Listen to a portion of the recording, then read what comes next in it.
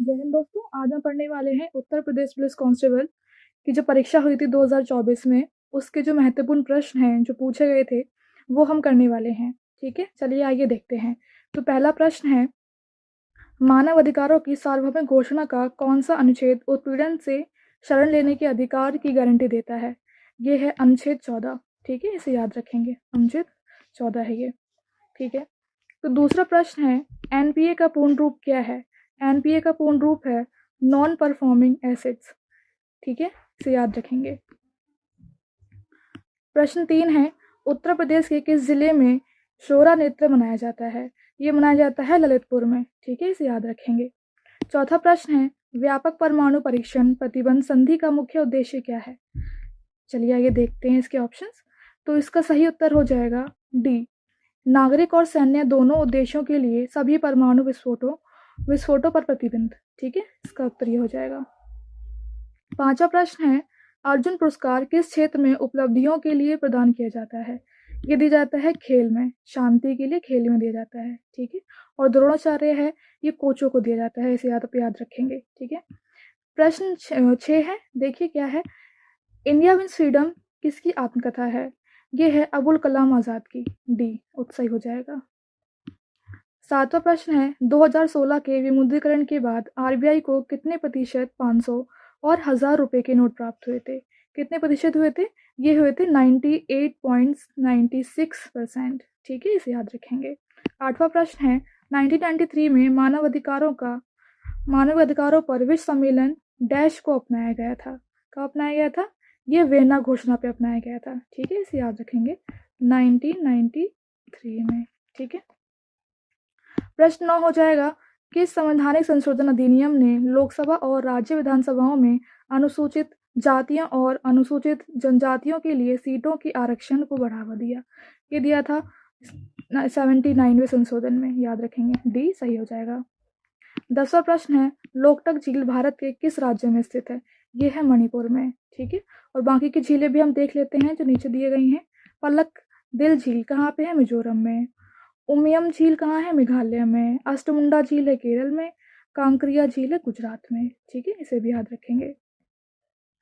11वां प्रश्न है, प्रस्तावना उद्देशिका में राष्ट्र की एकता और अखंडता शब्दों का उद्देश्य किस मौलिक सिद्धांत को बढ़ावा देना है? यह है बंधुत्व को। 12वां प्रश्न है, डैश एक सॉफ्टवेयर प्रोग्राम है जो इंटरनेट के माध्यम से आने वाले सभी डेटा को फिल्टर करता है। यह है फायरवॉल। 13वां प्रश्न है, दर्शकों के साथ संवाद करने के लिए सोशल मीडिया प्लेटफॉर्म के रणनीतिक उपयोग के लिए क्या शब्द है? ये है सोशल मीडिया मार्केटिंग, सामाजिक माध्यम विपणन, बाजारीकरण। ठीक है, इसे याद रखेंगे। 14वां प्रश्न है, भूटान की राजधानी क्या है? भूटान की राजधानी है थिम्पू। 15वां प्रश्न है, भारत में सबसे लंबा नदी पुल कौन सा है? ये है भूपेन हजारिका सेतु। 16वां प्रश्न है, सरकार ने किसान क्रेडिट कार्ड योजना कब पेश की थी? ये की थी अगस्त 1998 में, इसे याद रखेंगे। ठीक है, ये महत्वपूर्ण है। किसान क्रेडिट कार्ड योजना कब आई थी? अगस्त 1998 में। 17वां प्रश्न है, भारत और वियतनाम के बीच साझेदारी से उनके क्षेत्रीय सुरक्षा परिदृश्य में किस प्रकार परिवर्तन आएगा? ये आएगा रक्षा सहयोग और समुद्री सुरक्षा बढ़ाकर। सी सही हो जाएगा। 18वां प्रश्न है, जून 2024 तक लोकसभा में विपक्ष के नेता कौन है? कौन है विपक्ष के नेता? इसका हो जाएगा सही है, कौन है? हमारे राहुल गांधी, तो आप सबको पता होगा। 19वां प्रश्न है, तुगलकनामा पुस्तक के लेखक कौन है? अमीर खुसरो। 20वां प्रश्न है, अंतर्राष्ट्रीय अक्षय ऊर्जा एजेंसी IRENA क्या करती है? ये क्या करती है? इसका सही हो जाएगा पहला, तो ये क्या करती है? अक्षय नवीनीकरणीय ऊर्जा के उपयोग को बढ़ावा देती है। 21वां प्रश्न है, वैश्विक आतंकवाद विरोधी प्रयासों के समन्वय के लिए किस संगठन को जिम्मेदार माना जाता है? किसको माना जाता है जिम्मेदार? ये माना जाता है UNCCT को। ठीक है, इसे याद रखेंगे। डी ऑप्शन हमारा सही हो जाएगा। 22वां प्रश्न है, दूध उत्पाद ब्रेड आदि आवश्यक वस्तुओं पर GST दर क्या है? कितनी है ये? 5% और है 12%, इसे याद रखेंगे। ठीक है, अब तो GST 2.0 आ गया है, तो अब ये चीज़ें थोड़ी सी बदल गई हैं। 12% जो है हमारा हट गया है। ठीक है, इसे याद रखेंगे। 23वां प्रश्न है, चंद्रमा पर नासा के मानवयुक्त लैंडिंग मिशन को क्या नाम दिया गया है जो 2024 से 25 तक होने की संभावना है? इसको दिया गया है आर्टेमिस। ठीक है, डी हमारा सही हो जाएगा। 24वां प्रश्न है, अंतर्राष्ट्रीय थर्मोन्यूक्लियर प्रायोगिक रिएक्टर परियोजना का उद्देश्य निम्नलिखित की व्यवहार्यता प्रदर्शित करता है। क्या करता है ये करता है बड़े पैमाने पर और कार्बन मुक्त स्रोत के रूप में संलयन ऊर्जा। बी हमारा सही हो जाएगा। 25वां प्रश्न है हमारा, 14 सितंबर को किस रूप में मनाया जाता है? ये मनाया जाता है हमारा हिंदी दिवस। ठीक है, और अंतर्राष्ट्रीय कब मनाया जाता है? ये 10 जनवरी को। ठीक है,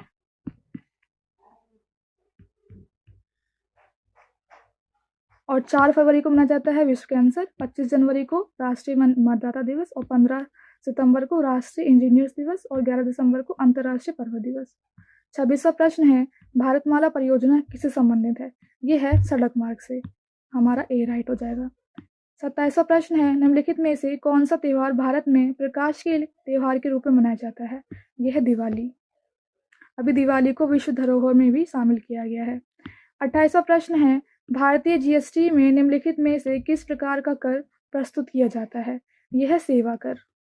29वां प्रश्न है, निम्नलिखित में से किसने पहली बार बुनियादी शिक्षा का विचार प्रतिपादित किया था? ये किया था महात्मा गांधी ने। हमारा ए ऑप्शन राइट हो जाएगा। 30वां प्रश्न है, भारत में 2020 और 21 में कौन सा राज्य मसालों का प्रमुख उत्पादक था? यह है मध्य प्रदेश। हमारा ए राइट हो जाएगा। 31वां प्रश्न है, प्रथम life time disturbing the peace award शांति भंग का आजीवन पुरस्कार का प्राप्तकर्ता कौन है? यह है सलमान रुश्दी। ए राइट हो जाएगा। 32वां प्रश्न है, सबसे कम लिंगानुपात वाला भारतीय राज्य कौन है? यह है हमारा हरियाणा। इसे याद रखेंगे। 33वां प्रश्न है, जनसंख्या डी का घनत्व क्या है? यह है सी। इसका हमारा राइट ऑप्शन हो जाएगा सी। यह है D equal to N bracket close संख्या एस स्पेस। ठीक है, इसे याद रखेंगे और इसको ऐसे लिखा जाता है, इसे देख लेंगे एक बार आप। ठीक है, चलिए आगे बढ़ते हैं। 34वां प्रश्न है, बायोमेट्रिक प्रौद्योगिकी का एकीकरण भारत के आंतरिक सुरक्षा ढांचे को कैसे बढ़ाता है? इसके ऑप्शंस देखते हैं। इसका सही हो जाएगा डी।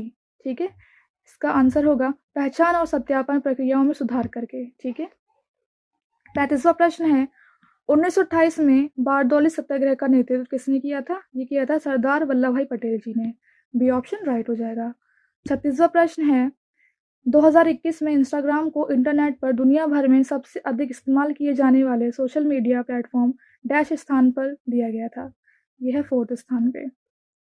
डी हमारा सही हो जाएगा। 37वां प्रश्न है, चीन ने तिब्बत पर आक्रमण कब किया था? 1950 में किया था और 1949 में। ये दोनों याद रखेंगे, बी और डी दोनों सही हो जाएगा। 38वां प्रश्न है, निम्नलिखित में से किस जीव को जल प्रदूषण का जैव संकेतक माना जाता है? ये मेंढक को माना जाता है। तो देखिए, आपके 38 प्रश्न आए हुए थे। ठीक है, जो परीक्षा हुई थी कांस्टेबल की, उसमें मैंने 38 के 38 प्रश्न करवा दिए हैं। ये बहुत ही महत्वपूर्ण प्रश्न है और PYQ तो ज़रूर ही करके जाएं। जो प्रीवियस ईयर क्वेश्चन हैं ये बहुत ही महत्वपूर्ण होते हैं हर परीक्षा के लिए। आप चाहे कोई भी परीक्षा दे रहे हैं, UPSC है, कोई भी परीक्षा क्यों ना हो, हर परीक्षा के लिए PYQ बहुत ही महत्वपूर्ण होते हैं। सारे PYQ करके जाइए, एक बार आप नज़र जरूर डाल लीजिएगा सारे PYQ पे। ये देखिए कब आया था, ये 2nd शिफ्ट को हुआ था। ठीक है, जब कांस्टेबल की परीक्षा हुई थी तो ये बहुत ही महत्वपूर्ण है। इसे आप पढ़ के जाइएगा, पूरी क्लास देख लीजिएगा एंड तक। एंड क्लास अच्छी लगी तो चैनल को सब्सक्राइब कर लीजिएगा। जय हिंद।